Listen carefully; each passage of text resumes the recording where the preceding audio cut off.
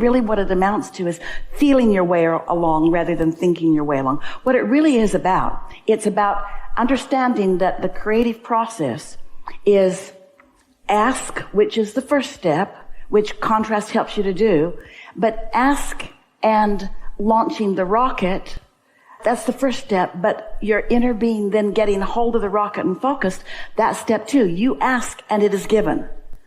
Step 1, step 2. But then step 3 is you stop observing, which holds you in the asking. You can't ask and allow at the same time. So this whole conversation today is an in-depth master course in understanding the difference between step 1, step 2, step 3, which you've been talking about for a long, long time, but you haven't been feeling your way there because you are step 1ers. And step 1's a good thing. Just don't stay stuck in step 1. Because step 1 is where your questions come from. It's where your asking comes from. It's also where your defensiveness comes from, your comparison comes from, your justification comes from, your needing to explain yourself into oblivion comes from, your wanting to be understood, you're wanting to shake people. I've given you 10 million words and you still don't get me. Well, that's because it doesn't happen that way. It's where you're aware of wholeness, aware of connection, aware of blending, aware of vortex, aware of the reason for the vortex. In other words, awareness of how it works and what it's about. That will put you in a vibrational frequency where what matches your vibrational frequency will come to you. And really, friends, that's the only thing you want to get you, isn't it? You get what we're getting at? Let's not get so far out into the airy-fairy that you can't connect with it on a day-to-day basis. So what does it come back to? I live in a physical world and I'm a physical creator, but I'm doing it all with energy, which is different than the way I thought it was. I thought it was with action and words and hammers and nails, and it's not. It's about deciding and pointing and feeling what that's like, and then letting the laws of the universe gather up the cooperative components that will turn all of those thoughts to things, and I will know it when I see it. And that's hard for humans. We love you so much. It's hard for you to let go of the way you've been justifying your existence. Do you know what you're most mad about if you're mad? And most of you are. What you're most mad about is that people don't get how hard you're working. People just don't understand the price you're paying. So it makes whiners out of you. It makes explainers out of you. You just work so hard to try to describe a deservability that already exists.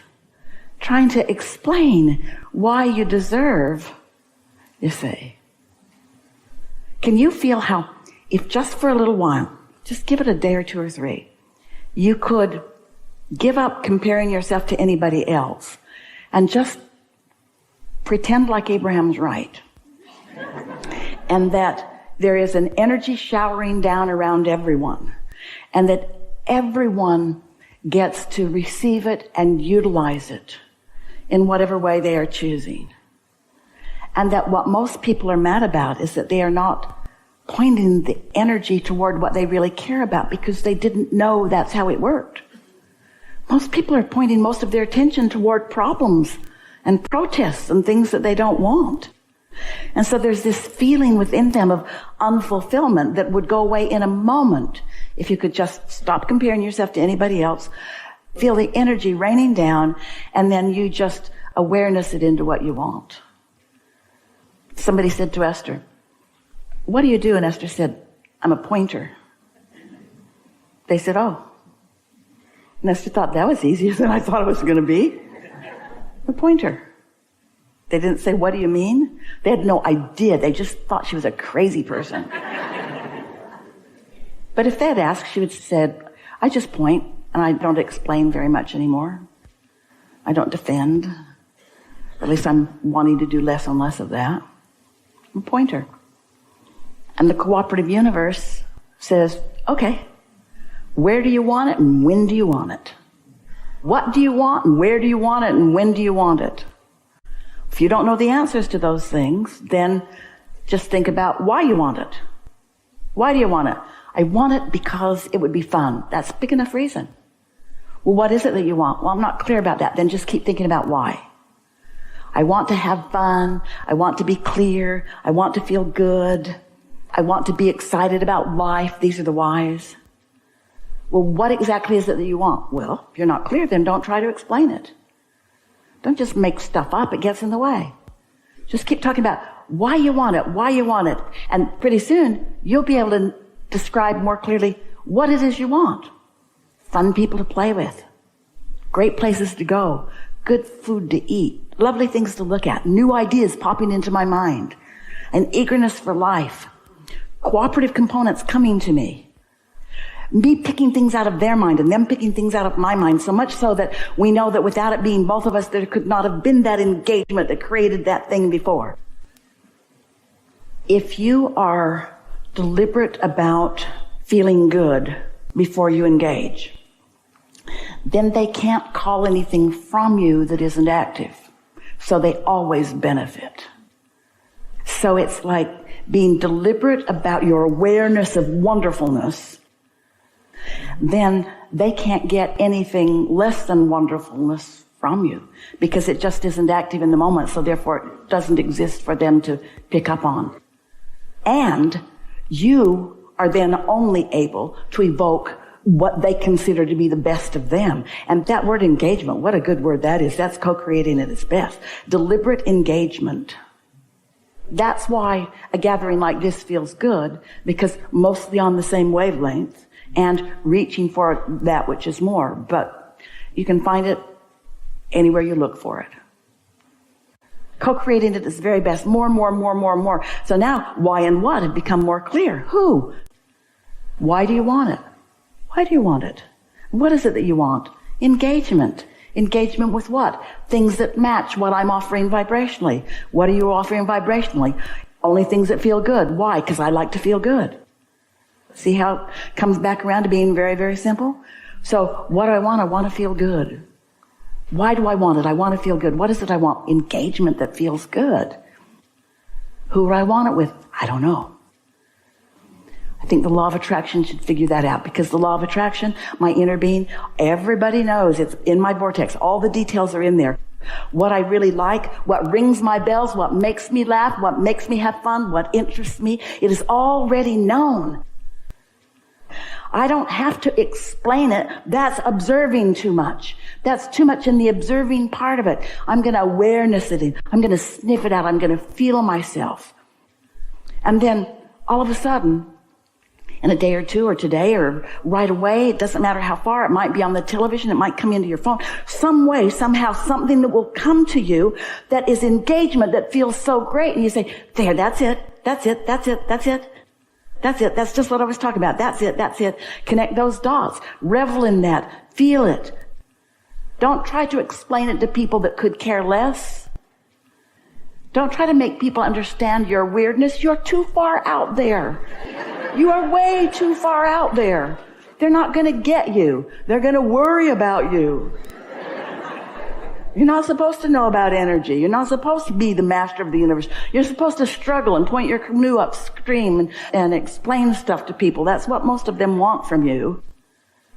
Be more humble and afraid. Be very afraid. And so, before you know it, you've just got your confidence back. You've got your zest for life back. And when you click into that, and you have been clicking in there in various degrees all this time that we've been together, haven't you? And now what's going to happen is, just because of this resonance that you've been feeling, as we have been engaging together, and don't one of you for 1 minute exclude yourself from the engagement, because you are 100% of you engaged. You're engaged here. This is something that we are co-creating together. You're in on this, which means you're going to have some obvious dots to connect pretty soon. And when they come, no matter what they are, don't try to explain it to others. Just revel in it and acknowledge the cleverness of your awareness that then turned some thoughts to things. But you made the jump. It's like quantum leap. Only it wasn't a quantum leap because there's no such thing really as a quantum leap. Because if it doesn't connect, it doesn't connect. And so you got some stuff there. There aren't enough words to quite put it there, but interestingly, you got it even though there aren't enough words to put it there. Did you feel that you got it? You have a greater awareness. We know you do. You have to. We felt it happen within the room. We felt you shift. You have a greater awareness of your power right now than you did before. And of the perfection of the law of attraction, which is inherent in every physics law, in every mathematical equation. It's inherent in everything. Everything that is biological, everything that is everything. This vibrational matching is what it's all about. And so when you really get the notion that you are an extension of source energy who has awareness of you, awareness, not just awareness of who you were before you came into this body, but who you are because you've been in this body and what you've asked for since. Awareness of that vibrational expansion of you, who understands you so completely and isn't at odds with where you are, just understands where you are in relationship with what you're becoming. Oh, talk about ease. That's ease. That's the ease that you're looking for. That realization that I'm okay where I am, and it's even logical that I am here, and having lived what I've lived has caused this to all happen, and now nothing less than that will do. That's why you feel impatient. But if you think you're going to make it happen through determination or demands of others, that's the hard way to go about it, and it produces paltry, puny results. But when you master your alignment with this energy that creates worlds, and you become this worthy feeling pointer that is called by the love that is truly who you are, then no matter what the situation is, you cannot get it wrong. You can't miss it. Sometimes people worry as they listen to us, Abraham, you teach selfishness. We sure do. Because you only have the perspective of self. Abraham, you teach a sort of invincibility. Shouldn't we be more humble? Invincibility is who you are. You didn't say, I'll go and let earth beat me up and then I'll croak and then I'll go do it again. And if I get beaten up enough, I'll know what to avoid. You said, I'll go and I'll choose, because you knew your power of choice and the thrill of focusing in the thrill of engaging with this source energy. You aren't making your way to enlightenment. You are enlightenment. You're not making your way to worthiness. You are worthy. You're not proving yourself to someone who is good while you're not. You are that goodness, you see. And the rub is everybody else is too. And sometimes humans' comparative minds don't want to match that quite up like that. Awarenessing. I heard this, but I felt it. I felt some control on me that I've never felt before and that I don't prefer. Think of your relationship with your inner being, how your inner being is with you. Your inner being doesn't pity you or make up ground for you or focus with you in the problem. Your inner being stays solution-oriented and wanted-oriented and focused toward where you are asking to be. And so you learn, once you get the hang of this and you want to feel good, you figure it out that going with the flow of what feels good is empowerment. Yeah.